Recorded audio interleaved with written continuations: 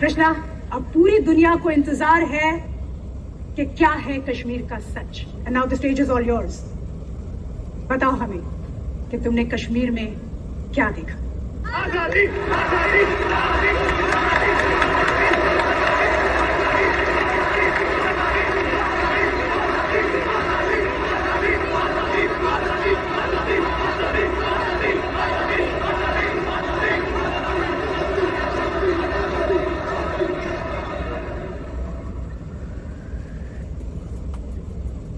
मैंने देखा एक खुला आसमान। उस आसमान के नीचे हिमालय के खूबसूरत पर्वतों से घिरी एक जन्नत है और उस जन्नत में एक ऋषि आते हैं और वहां के एक पर्वत पर बैठकर सालों तपस्या करते हैं। तपस्या यानी रिसर्च। वो रिसर्च करते हैं ताकि उस जन्नत से ज्ञान की गंगा बह सके। उन ऋषि का नाम था ऋषि कश्यप और उन्हीं के नाम पर इस जन्नत का नाम रखा गया Kashmir. Good opening, very inclusive. फिर मैंने देखा शंकराचार्य केरला से पैदल चलते हुए कश्मीर पहुंचे। केरला से कश्मीर जी, उनके पास कोई पुष्पक विमान नहीं था, सो ही लिटरली वॉक्ड। और उन्होंने हिमालय की गोद में बैठकर सालों रिसर्च किया, क्योंकि फिलॉसफी पे वो जो रिसर्च कर रहे थे वो सिर्फ जन्नत में संभव थी, यानी कश्मीर में। जैसे हमारे यहां से best researchers, scientist, students higher education के लिए फॉरेन जाते हैं, उसी तरीके से भारत के कोने कोने से best of the minds Kashmir पहुंचे और अपने अपने स्पेशलाइजेशंस के पंडित बन गए। पंडित लाइक का पीएचडी। मैंने देखा अभिनव गुप्त और उत्पल देव फिलॉसफी पर रिसर्च कर रहे हैं, लोगाक्षी एस्ट्रोनॉमी पर। He was the first astronomer in the world. Charak और वाग्भट आयुर्वेद पर, Sushruta medical science, Panini grammar, Vateshwar trigonometry, स्वीय hydraulic engineering, Chand Bhatt law, Kalidasa और Rudrata Sanskrit literature, Bhama aesthetics, Sharangdev musicology, Vasugupta और Somananda Advaita, Kalhana history, Vishnu Sharma moral science, Panchatantra उन्होंने लिखा। मैंने देखा राजा ललितादित्य के शौर्य और पराक्रम को। मैंने सुना ललेश्वरी के वाक को। ये जो फिल्में, टीवी, थिएटर, वेब सीरीज, यानी जो कुछ भी हम नेटफ्लिक्स पे देखते हैं, ड्रामा, इस ड्रामा की साइंस यानी नाट्य शास्त्र, जिसे 5वां वेद भी कहा गया है, उसे भरत मुनि ने कश्मीर में ही लिखा। मैंने देखा धीरे धीरे इन हजारों लाखों पंडितों ने कश्मीर को असली जन्नत बना दिया। Kashmir became the seal of quality. इसीलिए ग्रीक्स ने कहा था Kashmir is the cradle of civilization. Kashmir first millennial की सिलिकॉन वैली थी। ये सब mythology, it's all lie. Bingo. Don't worry, I think this was all a buildup. ये झूठ है और मुझे भी लगता है, क्योंकि हमें तो किसी स्कूल में, कॉलेज में या फिर मेन स्ट्रीम हिस्ट्री की बुक में सब नहीं पढ़ाया गया। क्यों मैम? ये झूठ है ना, अभी तो नहीं पढ़ाया होगा। लेकिन अगर ये झूठ है तो फिर बुद्धिस्ट कश्मीर क्यों है? नागसेन और रविगुप्त क्यों है? वो इसलिए आए क्योंकि Kashmir was the centre of knowledge. ये इन्फो वॉर, नॉलेज का वॉर आज का नहीं है, सदियों से चला आ रहा है। अगर ये झूठ होता तो 1300 में इस्लामिक टायरेंट्स कभी भी कश्मीर में इन्वेड नहीं करते। उन्होंने इसलिए इन्वेड किया क्योंकि उनको पता था कि Kashmir was the world centre of knowledge, और जिसका नॉलेज पे कब्जा वो पूरे वर्ल्ड पे रूल कर सकता। लेकिन एक प्रॉब्लम था, अब जमीन पे कब्जा कर सकते हो, लेकिन ऐसे इवॉल्व पंडितों के, आई मीन स्कॉलर्स के फ्री माइंड पे कैसे कब्जा करोगे?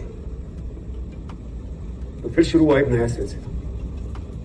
तलवारों और बंदूकों के जोर पर इन पंडितों को कन्वर्ट करने के लिए भेजे गए टायरेंट्स के सोल्जर्स, जो उन्हें जबरदस्ती कन्वर्ट करने लगे, और जो नहीं मानता था उन्हें पैर के तले रौंद दिया जाता था। और ये लोग वो थे जो खुद परसिक्यूट होकर कश्मीर आए थे और कश्मीरियों ने इन्हें पनाह दी थी। What kind of rubbish is this? ये रबिश नहीं, बल्कि एग्जैक्ट डिस्क्रिप्शन है शमसुद्दीन मोहम्मद इराकी की बायोग्राफी तोहफतुल अहबाब में। जानते हो इराकी कौन था? हाँ? इंडिया की टॉप मोस्ट यूनिवर्सिटी में पढ़ रहे हो लेकिन इराकी के बारे में नहीं पता। कैसे पता होगा? किसी ने पढ़ा है? हम सब हिटलर के बारे में जरूर जानते हैं।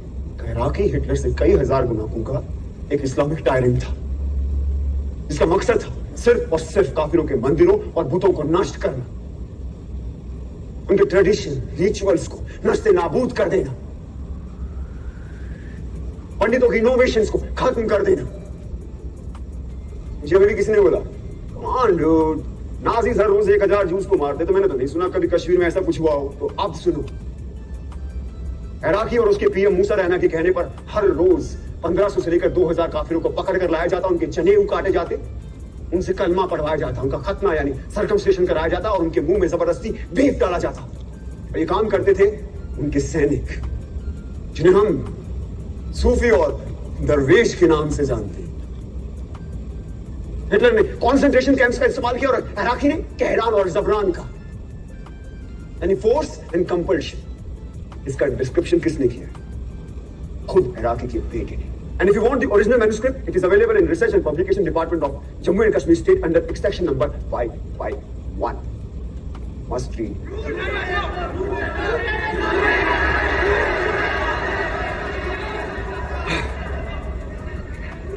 कश्मीर का सच इतना सच है कि हमें हमेशा झूठ ही लगता है। इस इंडिपेंडेंट इंडिया में, इस डेमोक्रेटिक इंडिया में, इस सेक्युलर इंडिया में उन्हें एक बार फिर तलवारों और बंदूकों के जोर पर मार काट के निकाला गया। गलत चले, गलत चले।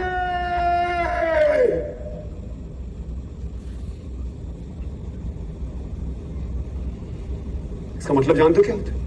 रैली मतलब करो, सैल्यूट मतलब रन, करे मतलब डाई।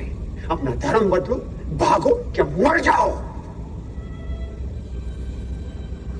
ये उनका 7th एक्सोडस था और इस बार मामूली एक्सोडस नहीं था, इस बार था जेनोसाइड। और कहानी यही खत्म नहीं हुई। उन लोगों का एक बार फिर जेनोसाइड हुआ, जो ना इराकी ने किया, ना टेररिस्ट ने किया और ना स्टेट ने। जो किया हमने और आपने, आपने आप सबने, जब हमने उन्हें अपने दिल और दिमाग दोनों से निकाल दिया। और ये सारी जेनोसाइड, ये सब झूठ है। There was no real genocide. We don't want your fake propaganda. Listen Krishna, जो तुमने देखा वो बताओ, ज्ञान मत पेलो। जो हमने पढ़ा नहीं वो हिस्ट्री नहीं, जो हमने देखा नहीं वो हुआ नहीं, तो कश्मीर में जेनोसाइड हुआ ही नहीं। और कोई सच बोले तो ज्ञान मत पेलो। Now he'll prove his own hypothesis wrong. I don't bet on ordinary horses. जिस नॉलेज के लिए कश्मीर क्रेडल ऑफ सिविलाइजेशन कहलाता था, कभी हमने उसने नेशनल हेरिटेज की तरह समझा ही नहीं। और आज ये भारत का नॉलेज सेंटर एक्सटेंड होता जा रहा है, हमें उसकी खबर भी नहीं। Shem Shem Shem. हमने मरने वाले को क्यों मार दिया? क्यों मरने वाले सिर्फ कश्मीरी थे, ना कि भारतीय? 1990 में सिर्फ कश्मीरी हिंदुओं को नहीं मारा गया, बल्कि तमाम मॉडरेट मुस्लिमों को भी मार दिया। यही नहीं, सिख, बुद्धिस्ट, क्रिश्चियन, डोगरा, गुज्जर, दलित, जिसने भी टेररिज्म के खिलाफ आवाज उठाई उन्हें मार दिया गया। यहां तक कि कश्मीर की सोल तक को मार दिया गया। थिएटर, आर्ट, म्यूजिक, लिटरेचर सब बंद कर दिए गए। 1996 में सिनेमा हॉल खुला तो वहां गोलियां चला दी, पीपल डाइड। कितने टेम्पल्स को तोड़ा गया, उनको आग लगाई गई। क्या वो सिर्फ टेम्पल्स थे? क्या वो सिर्फ बुतों का घर थे? क्या वो भारत का फाइनेस्ट आर्किटेक्चर नहीं थे? क्या वो भारत के महान इतिहास का प्रतीक नहीं थे? क्या वो भारत का स्पिरिचुअल सेंटर नहीं थे? Indian architecture, Indian heritage centre, Indian spiritual centres को डिस्ट्रॉय कर देना क्या कल्चरल जेनोसाइड नहीं है? Stop this rhetoric. Top facts are shut up. बोलने दो उससे, मैं सुनना चाहता हूं। मैं भी बोलो कृष्णा। बोलो कृष्णा।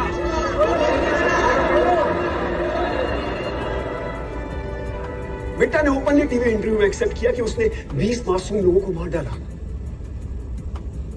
अरे जिसने दिन दहाड़े एयरफोर्स ऑफिसर्स को मार डाला उसे इंडिया के टॉप मोस्ट ऑफिस में इनवाइट किया जाता है। क्या ये एडमिनिस्ट्रेटिव जेनोसाइड नहीं है? हाँ, जब ये फंक्शन खत्म होगा तो आप लोग कहां जाएंगे? आपके घर। और हमें हमारे घर जाने से किसका बाप नहीं रोक सकता। लेकिन क्या कश्मीरी पंडितों को वापस अपने घर कश्मीर जाने का मौका मिलेगा? Is this justice?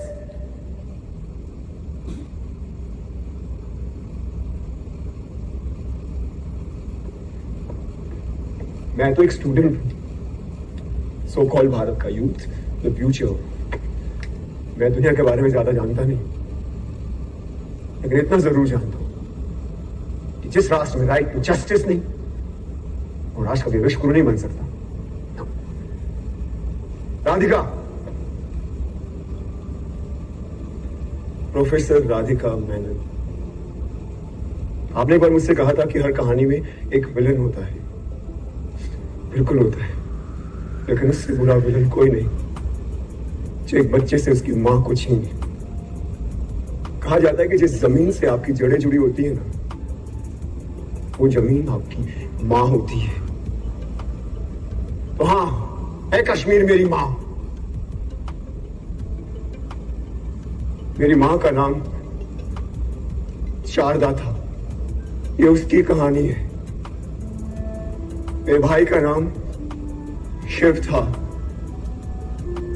ये उसकी कहानी है। तो ये कहानी सिर्फ मेरी मां की नहीं है, आप सबकी भी मां की है।